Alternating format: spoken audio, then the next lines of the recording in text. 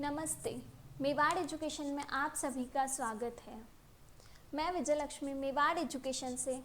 आज के सेशन में मैं आपको जिस सर्विस के बारे में बताने वाली हूँ वो है हमारी सूक्ष्म सिंचाई संयंत्र, फव्वारा, mini sprinkler, micro sprinkler, deep संयंत्र सब्सिडी योजना।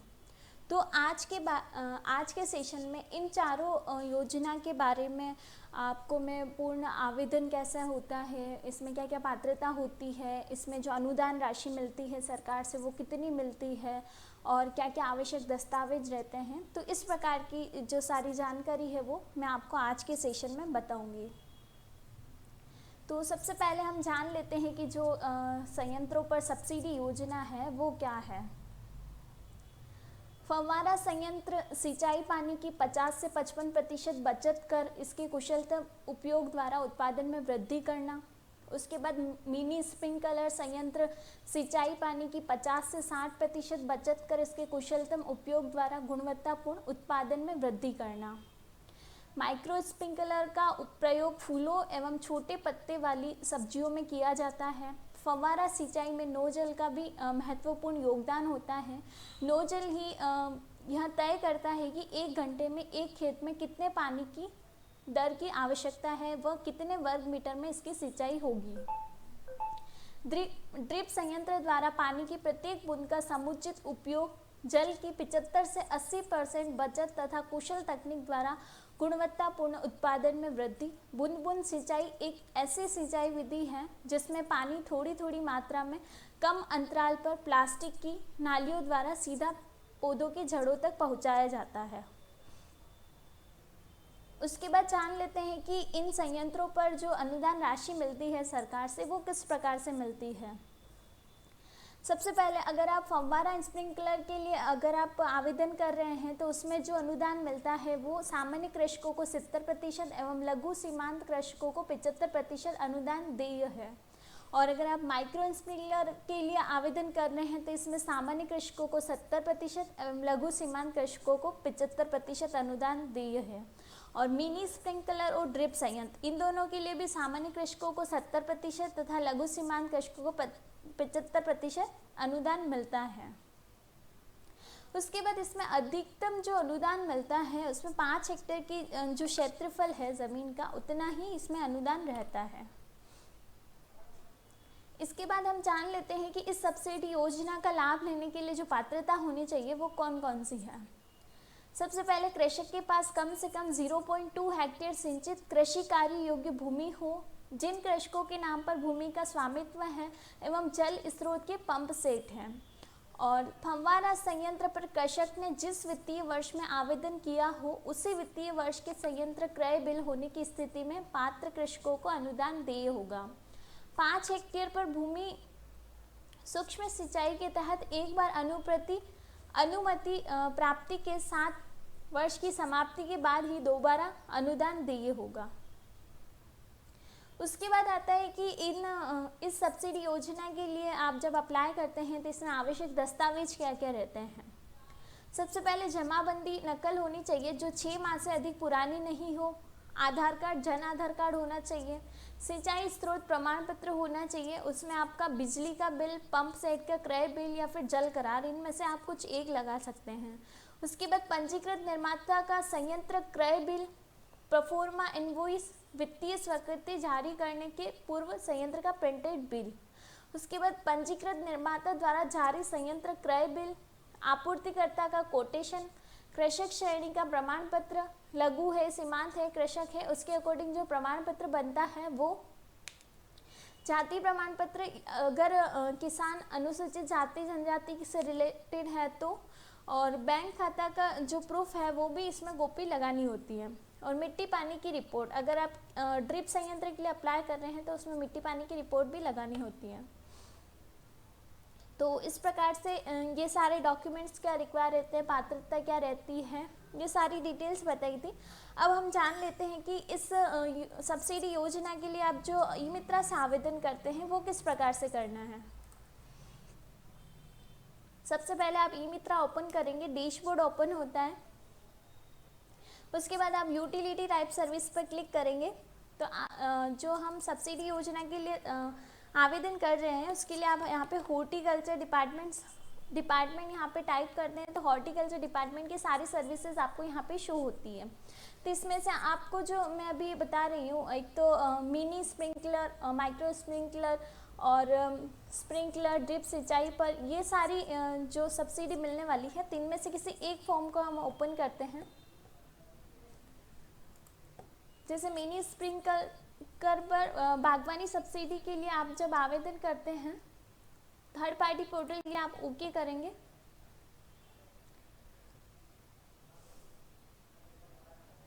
देन आगे प्रोसेस करेंगे। तो जिसका आप आवेदन कर रहे हैं उनका यहाँ पे जन आधार नंबर लगाएंगे।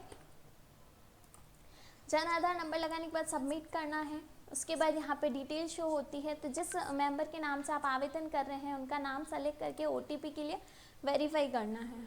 ओटीपी जैसे ही आपको सेंड होगा,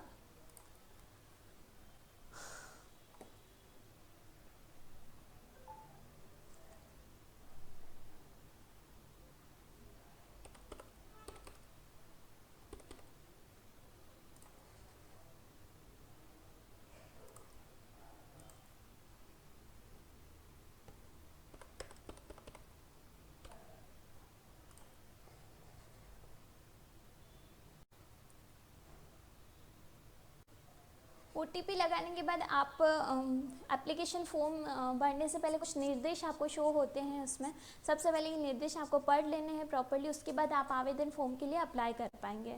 तो जो निर्देश इसमें दिए गए हैं उसमें कि जिन कृषकों के नाम पर भूमि का स्वामित्व है, जल स्रोत के साथ पंप सेट है, वे ही अनुदान के पात्र होंगे और न्यूनतम 0.2 हेक्टेयर तथा अधिकतम 5 हेक्टेयर तक अनुदान देय होता है।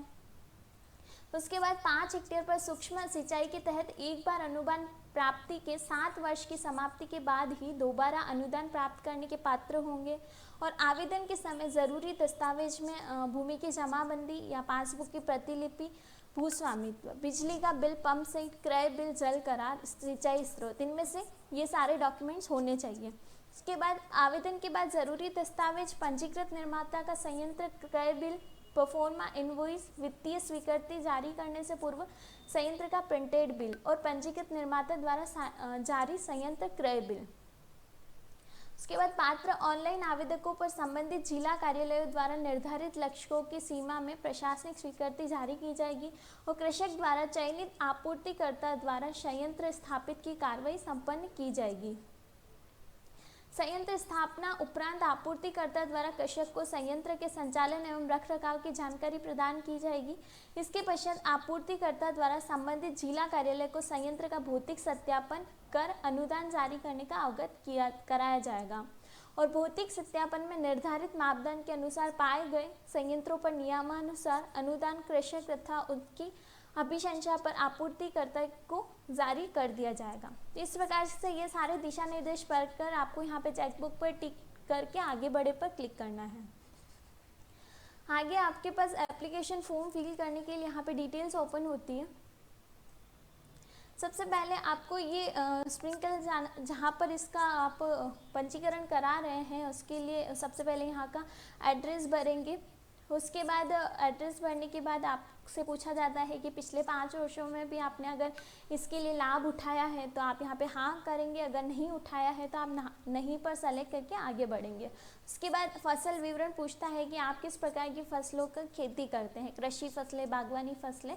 जैसे कि मैं बागवानी फसलें सेलेक्ट करती हूँ तो फसल का उप प्रकार कौन सा है, किस प्रकार की फसल आप यहाँ पे जो फसल की खेती करते हैं वो आप यहाँ पे सेलेक्ट करके आगे बढ़ना है। उसके बाद जो आप स्प्रिंकलर के लिए अप्लाई कर रहे हैं वो किस निर्माता से, किस डीलर से आप यहाँ पे लगवा रहे हैं वो आपको यह पूरी डिटेल भरनी है।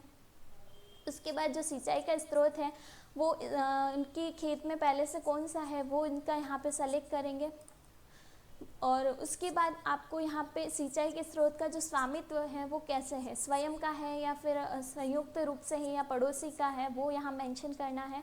और उसके बाद आपको भूमि का जो विवरण है उसके लिए जिसके लिए आप अनुदान यहाँ पे दिया जा रहा है उस भूमि का विवरण भी आपको यहाँ पे देना है कि जो खेती की ज़मीन है वो कितना क्षेत्रफल है और वो मतलब कि आपका खुद का है या फिर लीज या लीज पर लिया है। इस प्रकार से ये सारी जानकारी आपको यहाँ पे भरनी है।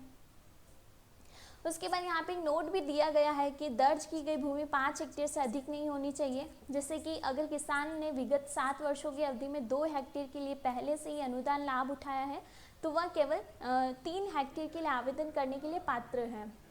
उसके बाद किसान की श्रेणी पूछी जाती है कि सीमांत है, लघु है या अन्य है, और जो कोटेशन है उसका विवरण भी आपको यहाँ पे देना होता है।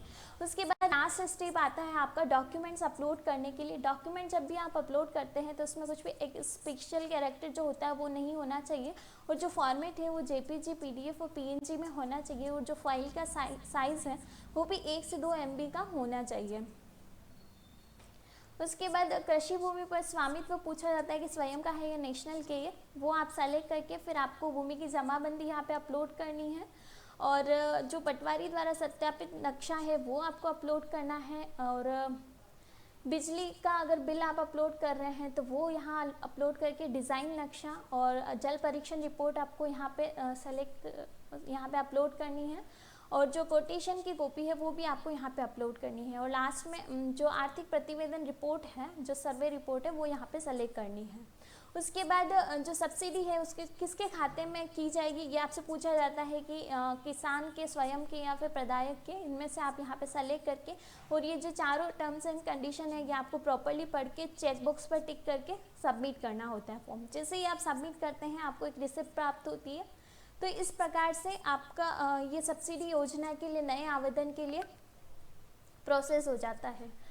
उसके बाद इसका स्टेटस देखने के लिए जब आप यहाँ पे रिपोर्ट पर क्लिक करते हैं, जितने भी आपने यहाँ पे फॉर्म फिल किए होते हैं वो सारे यहाँ पे शो होते हैं, और जो स्टेटस है वो भी आपको यहाँ पे शो हो जाता है। तो इस प्रकार से मैंने आज के सेशन में आपको बताया था कि जो सब्सिडी के लिए आप आवेदन करते हैं ई मित्रा से, वो कैसे किया जाता है।